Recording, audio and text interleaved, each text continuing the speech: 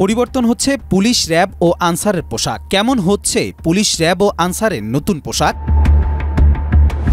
আওয়ামী লীগ সরকার পতনের পর পুলিশ বাহিনীর সংস্কার সহ তাদের পোশাক পরিবর্তনের দাবি উঠেছিল। শেষ পর্যন্ত র্যাব, পুলিশ ও আনসার বাহিনীর পোশাক পরিবর্তনের সিদ্ধান্ত চূড়ান্ত হয়েছে। ২০ জানুয়ারি সচিবালয়ে স্বরাষ্ট্র মন্ত্রণালয়ের আইন শৃঙ্খলা সংক্রান্ত উপদেষ্টা কমিটির সভায় এই সিদ্ধান্ত গৃহীত হয়। জানা গেছে, সবাই 18টি পোশাক পরিহিত পুলিশ, আনসার ও র্যাবের প্রতিনিধি দল বৈঠকে প্রবেশ করেন। 250টিরও বেশি ডিজাইন অপশন নিয়ে ওয়ালটন স্মার্ট ফ্রিজ, বোঝে আপনার প্রয়োজন। সেখান থেকে পোশাক নির্বাচন করা হয়। তবে কোন পোশাক নির্বাচন করা হয়েছে তা এখনও গণমাধ্যমে প্রকাশ করা হয়নি।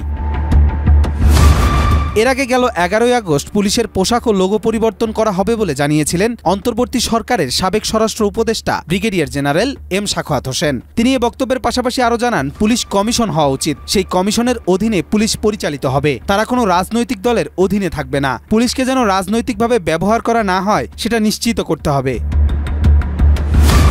আওয়ামী লীগ সরকার পতনের পর 7 দিন পর্যন্ত পুলিশকে প্রকাশ্যে দেখা যায়নি। এরপর এই বাহিনীটিকে সচল করতে সংস্কারের উদ্যোগ নেয় অন্তর্বর্তী সরকার। তারই অন্যতম পোশাক পরিবর্তনের উদ্যোগ।